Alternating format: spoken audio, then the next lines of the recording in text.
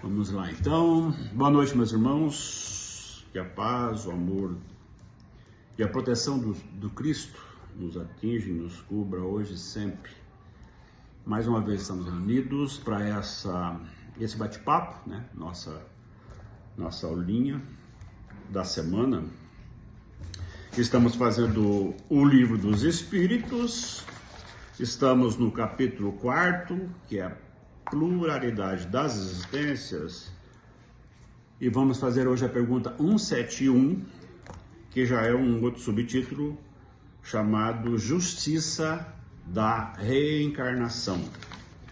Na aula passada nós falamos sobre a reencarnação, o que é, como é, né, qual é o sentido da reencarnação, o porquê da reencarnação, e hoje esse segundo tópico da pergunta 171, ela traz exatamente isso, né? Talvez nós vamos repetir, né, muito do que falamos na aula passada, porque é a explicação muito clara a respeito do que é a reencarnação e porquê da reencarnação, né? Justiça da reencarnação. Pergunta 171. Sobre o que está fundamentado o dogma da reencarnação? Antes de fazer as respostas, nós vamos fazer uma consideração a respeito do que é dogma. Porque a grande maioria das pessoas, inclusive os espíritas, né, os mais conhecedores da doutrina espírita, eles dizem que a doutrina espírita não tem dogmas, né? O que seria dogma? Dogma são dois conceitos, né? No que Allan Kardec explica aqui, esse dogma que foi utilizado por Allan Kardec, foi no sentido racional, né? Não foi no sentido da fé.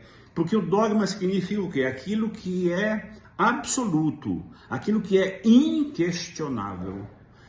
Só que a doutrina espírita, muito pelo contrário, a própria pregação de Allan Kardec é de que tem que se haver questionamento. A gente tem que aprender com os questionamentos, até porque nada é absoluto, né? Inclusive as respostas, elas podem ter várias respostas, algumas perguntas ou algumas dificuldades, né, desconhecimento, a gente pode ter um monte de respostas, né? E todas elas podem ser verdadeiras, ou seja, não é absoluto, né? Então, nesse sentido é que fala dogmas, né? Se bem que até a própria pregação da doutrina espírita prega a reencarnação como dogma.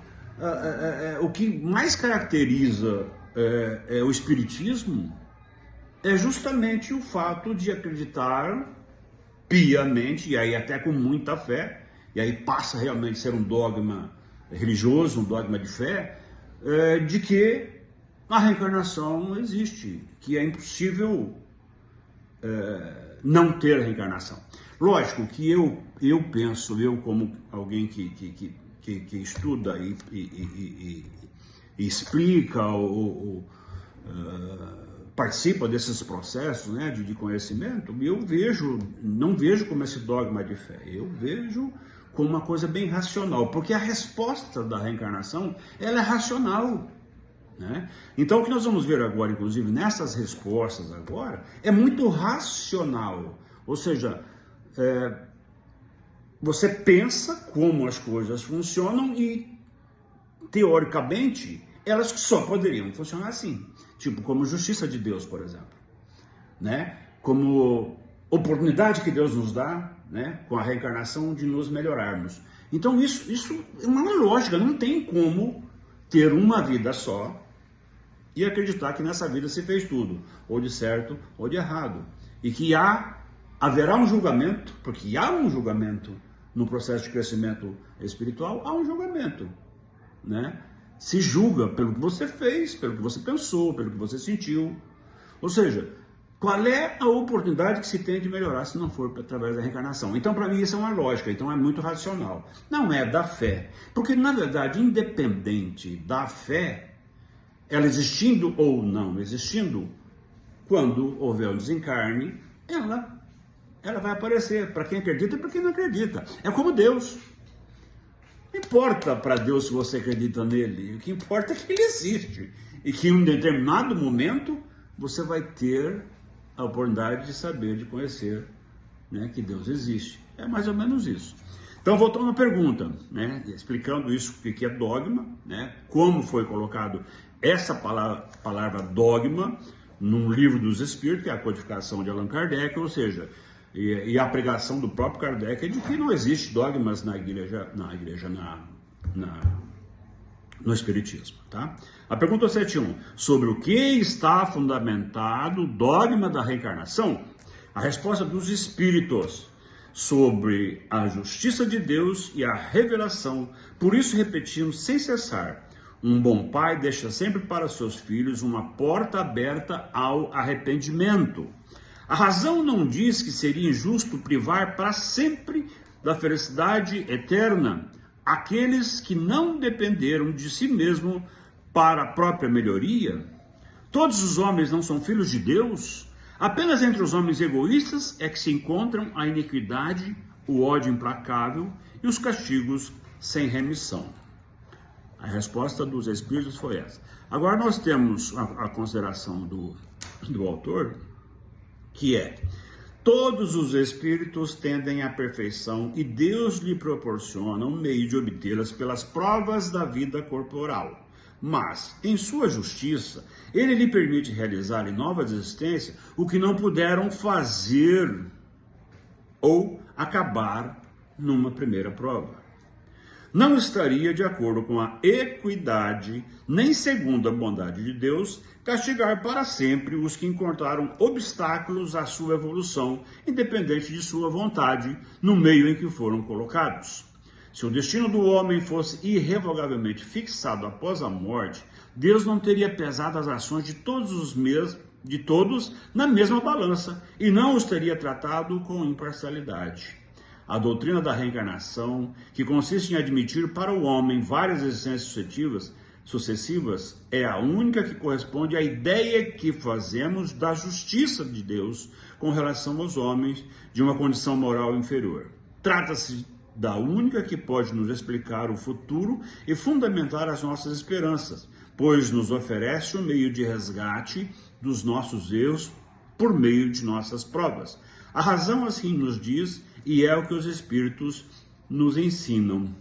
Então, antes de terminar o último parágrafo, a gente falou sobre isso, né? Sobre a questão da equidade. Se existe um julgamento, né? Se existe um julgamento, e é óbvio que, né, através de Deus, a evolução nossa vai para o julgamento de ser bom ou ser mal, se existe esse julgamento, não seria justo da parte de Deus se todos fossem julgados na mesma régua por uma vida. Ou seja, um Deus, alguém que pecou, alguém que não conseguiu passar pelas provas, alguém que não conseguiu espiar, alguém que teve provas difíceis, não conseguiu, ou seja, o outro vai passar e ele não vai. Onde é que está a bondade de Deus e a justiça de Deus? Então, aí entra, a imparcialidade de Deus no que se refere a, se você não conseguiu nessa, você consegue na outra, e assim sucessivamente.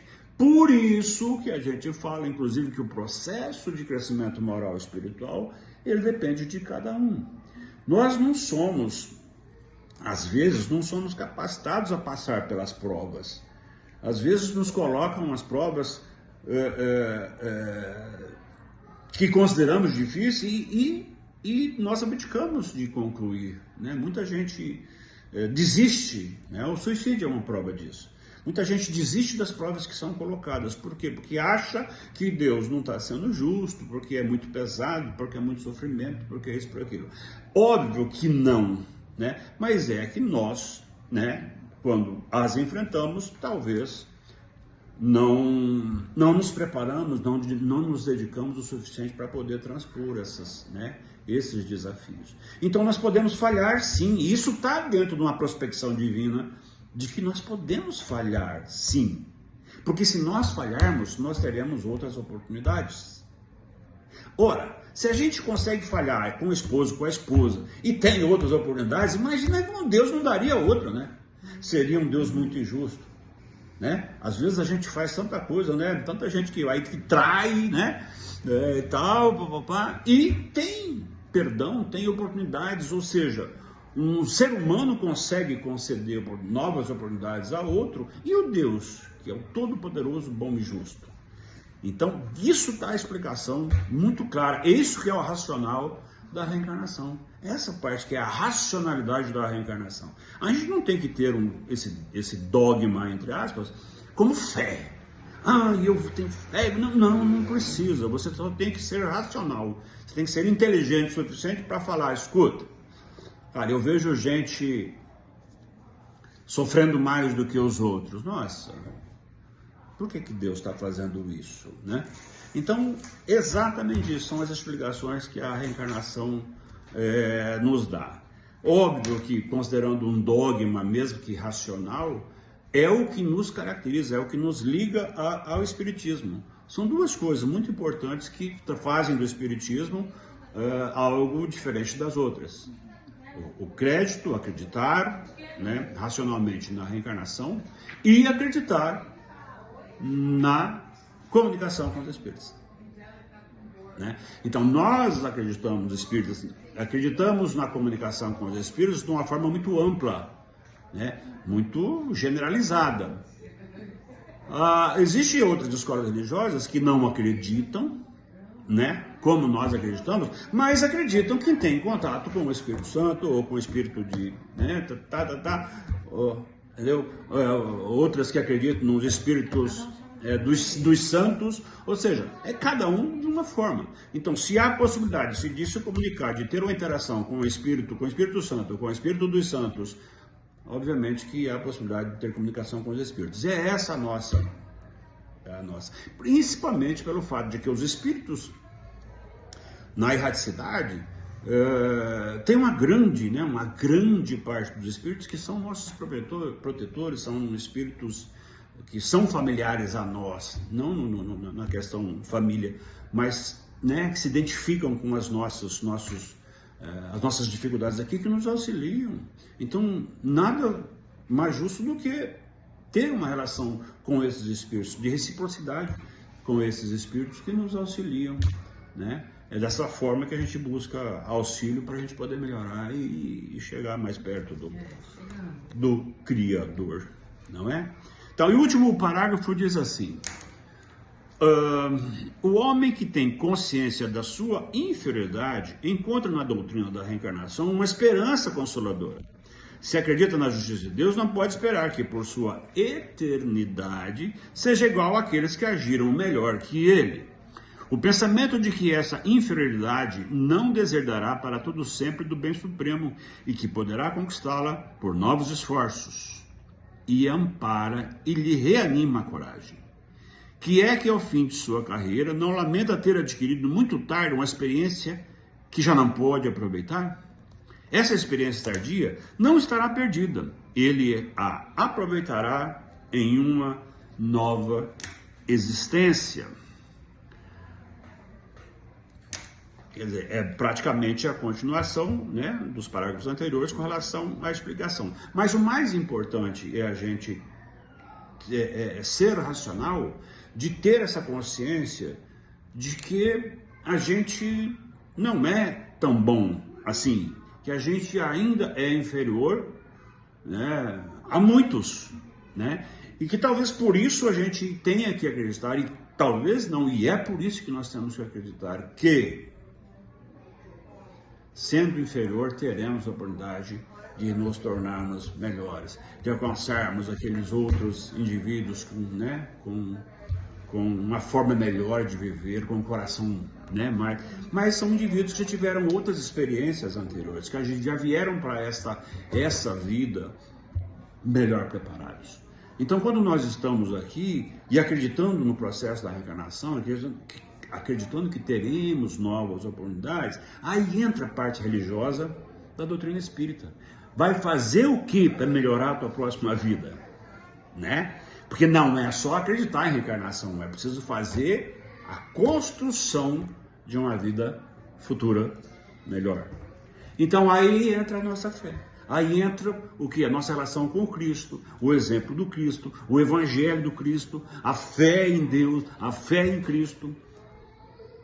E aí a gente vai melhorando através disso. Conhecimento e fé, racionalidade. Fé raciocinada, a gente sempre fala na doutrina espírita.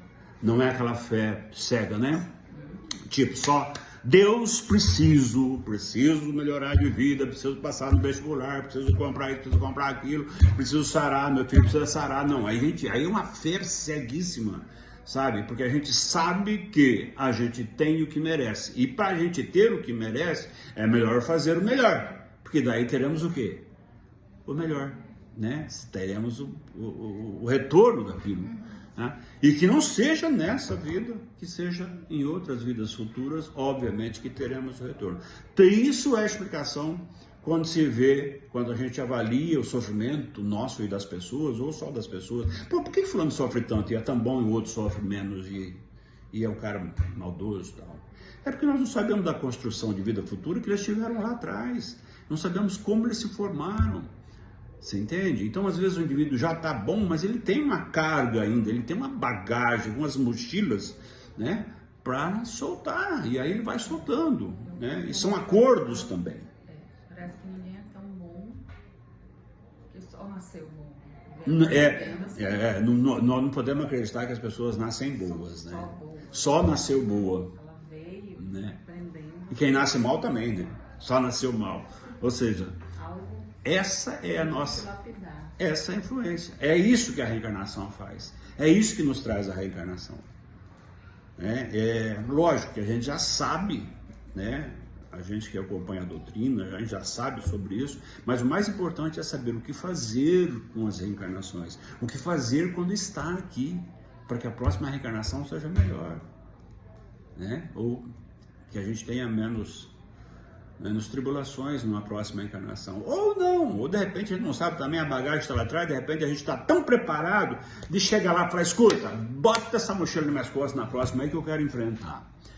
Exatamente, então são conjecturas que a gente pode fazer com relação ao espiritismo, mas nada é assim, absoluto, nada é isso, sabe? A gente não pode usar uns tapa-olhos assim, acreditar, ter essa coisa muito cega na fé, até porque a gente está estudando, né? A doutrina nos oferece isso. O Kardec pedia: instruí-vos. A instrução faz uma grande diferença. Nem em todo o processo.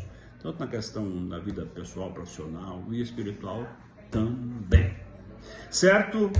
Minhas alunas presenciais, meus alunos das redes sociais, qualquer dúvida, lá embaixo, pode colocar a pergunta, a gente vai estar trazendo resposta, explanando, esclarecendo melhor. Que Jesus nos abençoe hoje e sempre.